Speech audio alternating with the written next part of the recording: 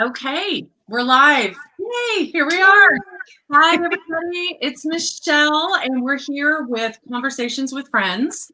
And it's been a little bit of time here, but we have been scheduling some amazing people. And today I am super, super excited to have Linda Hagen with us today. She is someone I was introduced to through a mutual friend, a lovely woman who I adore. Julie Miller Davis. And we are so incredibly grateful for you being here with us, Linda, today to tell us your story and tell us about this amazing organization that you were involved with. We'll talk about that a little bit later. So, welcome. How are you? I'm good. Thank you so much for having me. And yes, thank you to Julie Miller Davis for the connection. Um, when we first met, it was just like kindred spirits with stories and history and, of course, the battle. So I appreciate the opportunity to come on today and talk a little bit about my story and, more importantly, Becky Baker's story. Yes, absolutely. Now, you and I were just discussing back in the green room that you are at 3.5 years. I'm at 4 years, so we are relatively close. It's odd. I keep meeting women who are right around the same time frame as I was. So I really think that that's meant to be. That I'm supposed to meet these amazing women like yourself and have them in my life and really work with them, especially when we learn a little bit later about the amazing work that you're doing with the Becky Baker Foundation. So why don't you, Linda, kind of start with your story and how you got your diagnosis and where you've gone with that. Okay. And it's funny that you mentioned how you feel like there's almost a magnetic thing that has been happening, because I've had the same thing occur to me. So in April of 2017, in fact, it was the day after Easter, I got the call that my mammogram, which I'd been having mammograms annually for probably a good 10 years at that point, 15 years. Thank goodness. So stress point number one, get your mammograms every year. So I got the call, though, that it wasn't quite right. So yeah, I was diagnosed shortly thereafter. Of course, went in for the biopsy and jumped through the hoops and all that. And it was stage 1, grade 2 breast cancer in my left breast, right over the heart, which now in hindsight, when you go back and overanalyze things, I'm like, maybe there was something going on there. But yeah, so I have to say that I'm naturally an information data geek. So because we caught it, it was relatively early. They weren't like, oh my God, you're stage 4, you've got to have surgery immediately. So I took the month of May to interview doctors. And that, number one, most important for me in my journey, I needed information and I wanted to know all the things before I made decisions on lumpectomy through double mastectomy and radiation and chemo and all the things. So I was grateful to have that time to be able to look into that. And fortunately for me, yes, it ended up being a lumpectomy and followed by radiation treatment, which was not a great time, but better than chemo, which the Oncotype DX test. So anyone who's going through this, ask about that test. In my case, that test showed chemo would have zero impact really on my cancer or my chances of it coming back. So I said, why napalm my body then? So we didn't. And my doctors and I like to say that by June of 2018, so a year after my surgery, we say I was cancer free, and I have been since then. Yay! Yay, congratulations, that's awesome. Yeah, I had that same test. And I actually had 6 tumors. So we made the decision to go in and do the surgery right away, just for the fact of getting those out. And everything was on the left side for me. So it took a little searching for me to really determine that I wanted to go ahead and do the bilateral mastectomy, because there was no way I was going through this again. Yeah. No way. So So tell us a little bit about you were well, still are, but you were a business owner. You were an entrepreneur. You ran your own company. You did your thing, and then you get this call. Tell us about how you handled all of that and moved forward from that. So, yeah, I was running a home care company in Phoenix, Arizona at the time. I had about 40 employees working for me, and caregivers and clients who, to say they counted on you is an understatement. I mean, Mhm. this was home care, it was truly life and death stuff. So it was important for me as the owner, and I was the sole owner. It was just me. Um, so yeah, it was interesting. I had to stay, even when I got the call, I was in the office, and my office staff knew that I had gone in for a biopsy the week before. So when they called me on Monday and gave me that news, I was sitting in the office with my girls right there. And it was important to me to remain this pillar of strength Mhm. that I had always projected. And so I handled the call and, okay, thank you for that information. And I just said very quickly that that was the call and it was not good news. And I'm going to go home for the afternoon. And I kept it together till I got in the car. And then the drive home, I don't know how I made it because there was tears everywhere, as Mhm. you can imagine. And anyone who's had that call knows. And then it was, from there, letting family and, the immediate close circle of people know. Um, but yeah, I needed to maintain a business and keep running my business. And I have to say, and side note, this is not a gratuitous plug, but the fact of the matter is, I had an Aflac cancer policy, Mhm. and oh my gosh, I say all the time, thank goodness, because the money that I got from that helped keep my paychecks from bouncing for my employees. It helped keep my mortgage paid, and I had insurance, but that extra stuff because I wasn't able to focus on the business. Right. And it also allowed me that latitude to not worry so much about the business. I had some extra money coming in from Aflac, a Mhm. lot of money. And so I could focus on just getting better. Now, day to day, I was still involved in the business, even during treatment I mean, I missed some days here and there, but generally speaking, I was still involved. Um, for me and everyone who's had cancer hears, your path, your journey, your choices.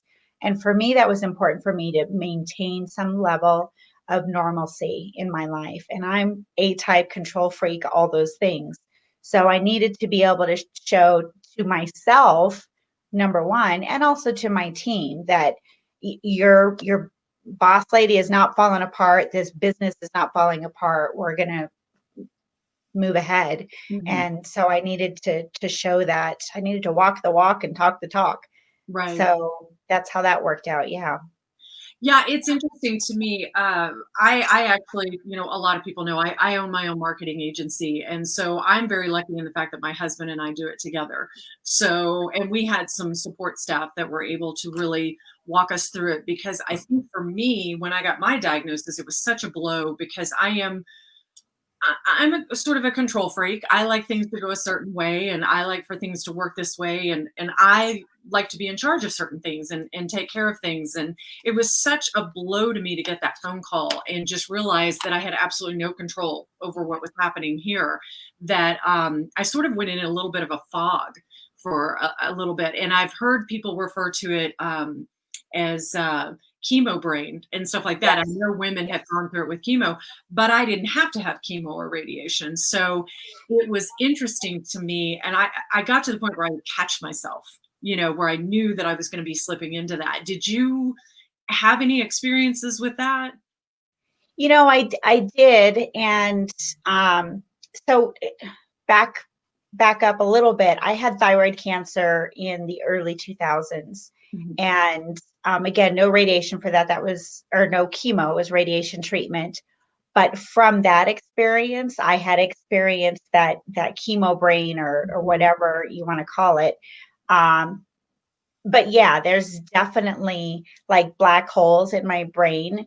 And of course, since I at the time owned a home care company and was going in the moment, people tend to say, "Oh, well, you're going through so much stress." Hmm. And, once you come out the other side of that a little bit, and because I'm so conscientious of dementia and Alzheimer's related diseases, I'm like, oh my God, am I getting dementia already?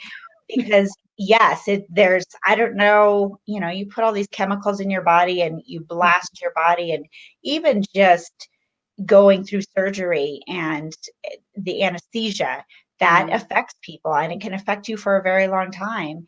And yeah, before my thyroid surgery, the night before my thyroid surgery, I kind of like the double entendre. So I had what we called the Last Supper, a big dinner party at a restaurant. And I, to this day, only remember what I see in pictures of that night from the night before that surgery. And similarly, leading up to my breast cancer surgery and the months following in my treatment, there's Okay. a lot of holes. Yes, absolutely. And I just have to apologize real quick. We had a little glitch in the internet there, so you and I both froze up. And I apologize, everyone. For some reason, in my area, there's been internet outages, just kind of sporadically. So I was keeping my fingers crossed. So far, so good. We just had one little glitch. We'll One keep little going. Yeah, one little blip here, so we'll keep blip. going. Um, well, so what I want to do, because I definitely want to talk about this before, just in case we start losing the internet again. So you've gone through this journey and now you've come out on the other side and you are part of an amazing organization. And that was the one thing that I just fell in love with what you're involved with. And I want you to be able to tell people about this. And while you're doing that, I'm going to put information for the website on the banner below. But go ahead and tell us about that organization that you are so passionate about.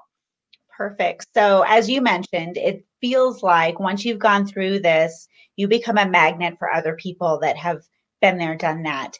And just quick aside, I beat cancer and sold my business and moved back home here to Colorado, up the road from you a little ways, and started, building my new life and my new business and meeting so many people that have such amazing post-cancer stories. And there was a gentleman that I met by the name of Rick Baker who talked to me about his experience with his wife, Becky.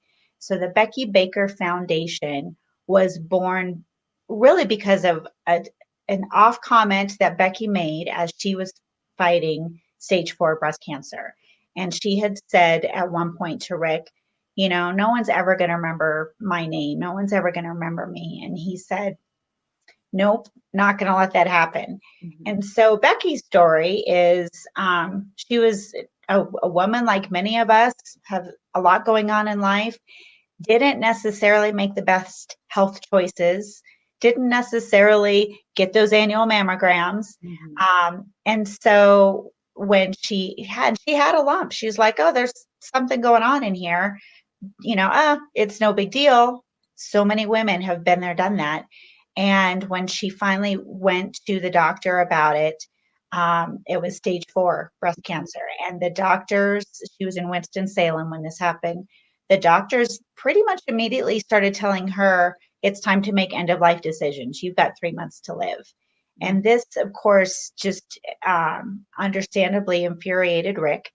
And I understand, and you would too, being these A-type people. How dare you tell me how much or little I'm a control freak, and I know I can't control everything, but I have some say in this. And Yeah. she did. And Lord bless her, she fought, and she did beat stage 4 breast cancer for a while.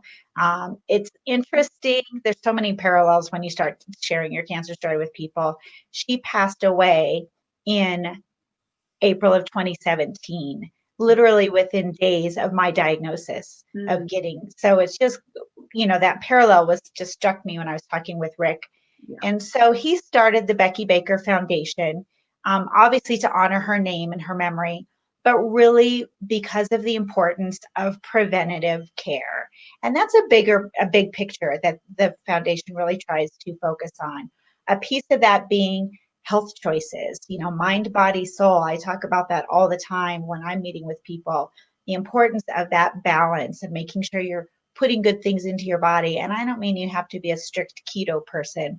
I'm Mhm. just saying make healthy choices. So for me, I love sweets. I love chocolate. I've made the switch to dark chocolate.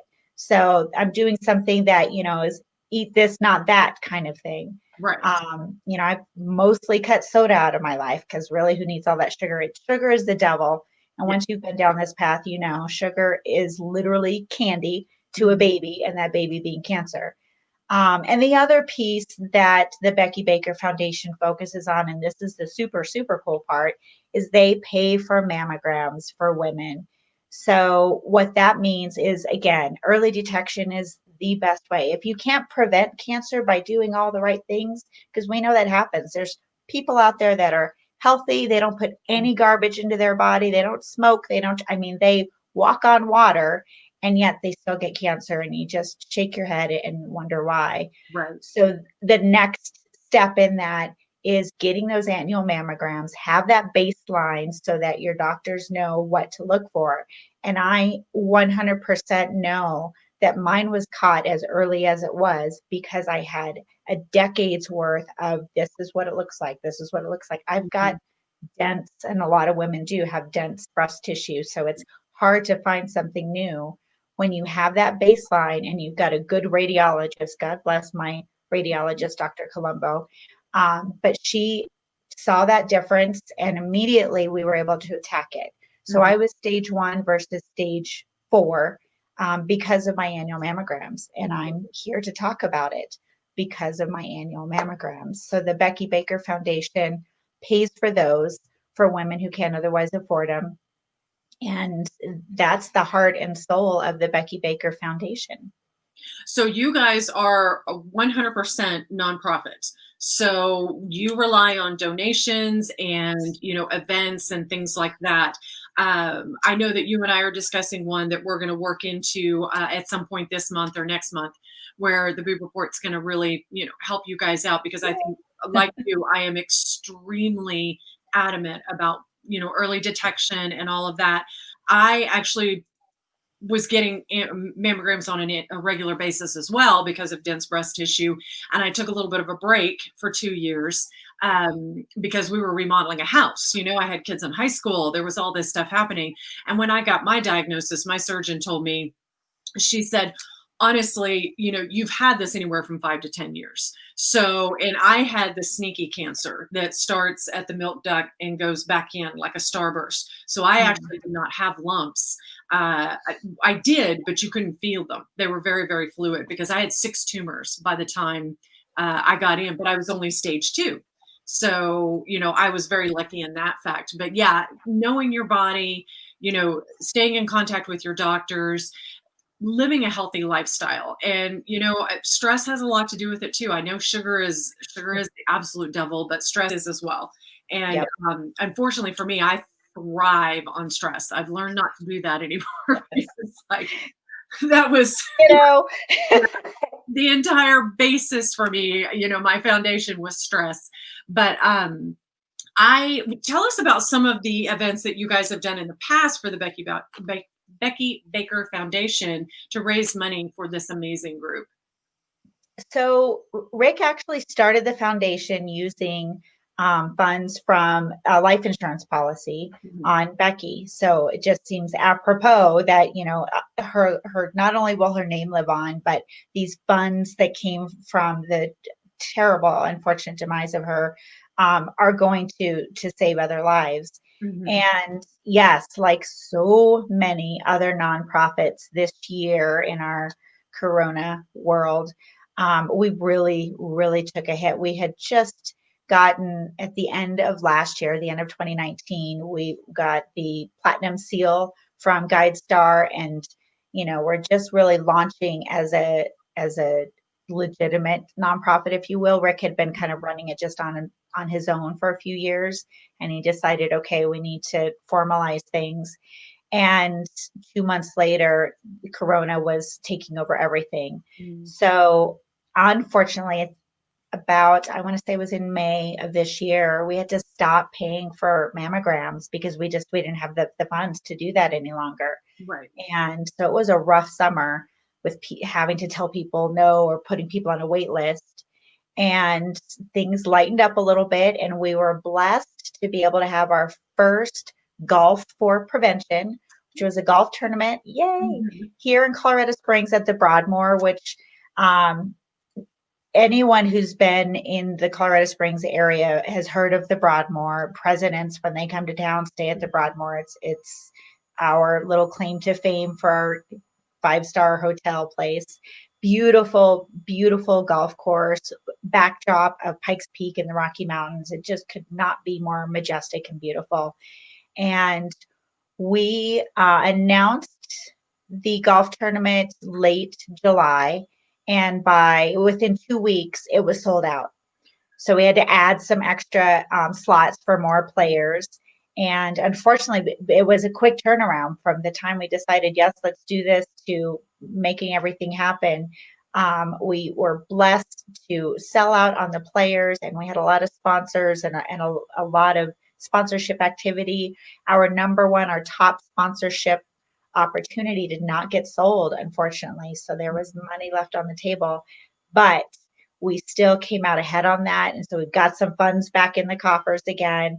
And the whole month of October was poor Rick and Barb. So Barb Houston, Dr. Barb Houston is also on the board and helps run the program. And she has put out so much content. And the two of them were everywhere in the month of October with various fundraiser things. Texas Roadhouse was supporting us. Quick Quack Car Wash was supporting us. There was and shame on me for not remembering the exact name. There was a gym that did a burpees for boobies contest. So in October, and the golf tournament was at the beginning of October as well. Mm-hmm. So October really gave us a shot in the arm that we need. And yes, we're still, though, way behind where we need to be. So donations, donations, donations. Yes, and every penny goes towards. In fact, Rick doesn't take a pay. Nobody gets paid right now. There's no paid employees, and operational cost. Rick really has been covering that himself up to this point. But he is famous for saying 95 cents of every dollar goes directly to paying for mammograms for women. And that's not just in Colorado, women anywhere. Yeah, that's amazing. So you guys are across the United States. Your people Yes. can reach out to you from other states. That's amazing. Well, I got to tell you, my goal is to have him on here because I would love to talk to him because it is a heartbreaking yet intense story to hear from someone who has lost a spouse to breast cancer. It's being a partner, a significant other, someone who's there taking care of you, and it's a role that I don't know how I would do, being in that. I would have been lost without my husband, without how he took care of me, and it was amazing. My mother came and stayed with us for a little while, and she told me when she went back to Texas, she called me and she said, I knew that your husband loved you. I knew Brett loved you so much. She goes, but I didn't realize how much until I saw how he took care of you when you were going through everything.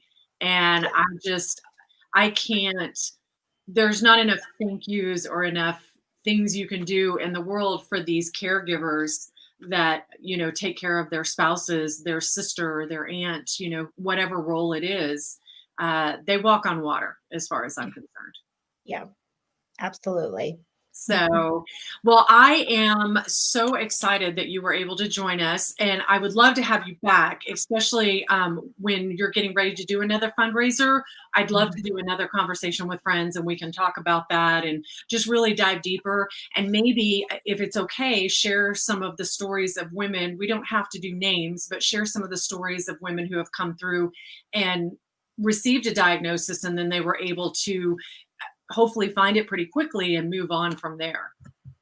Absolutely. And in fact, maybe early next year, as I'm hopefully wrapping on the book, that will include your story. We Yes, can include some of those stories that would be and share that experience. Yeah, Yes. I would love that. That would be a great way to do that and really help promote your book. I would love to do that. So, thank you so much, Linda, for sharing your time with us and sharing your story. And I'm just so excited to have met you and now be able to help you in any way possible with the foundation because I just think it's amazing the way you guys are helping women. That's what it's all about, is lifting each other up and taking somebody by the hand and really helping them through stuff. So, I Absolutely. am very grateful to you, and I'm so excited that we're now in each other's life and we're Yes. still with each other now. Absolutely. I think everything happens for a reason. And like you said, this is a path now that is just a part of our lives. And whatever we can do to help prevent somebody else from going through this, as little as we might feel it might be huge for somebody else. So I Absolutely. appreciate getting to know you. And I certainly appreciate your time today. And yes, we'll continue to fight the fight and get the word out and hopefully help save a couple of lives along the way. Yes, I would love that. All right, my dear. Thank you so much. Thank you guys so much for joining us. We're going to sign off. Obviously, this will be on the Facebook page and then on our YouTube channel as well. And we look forward to catching up with you guys next time on another session of Conversation with Friends. Talk to you soon.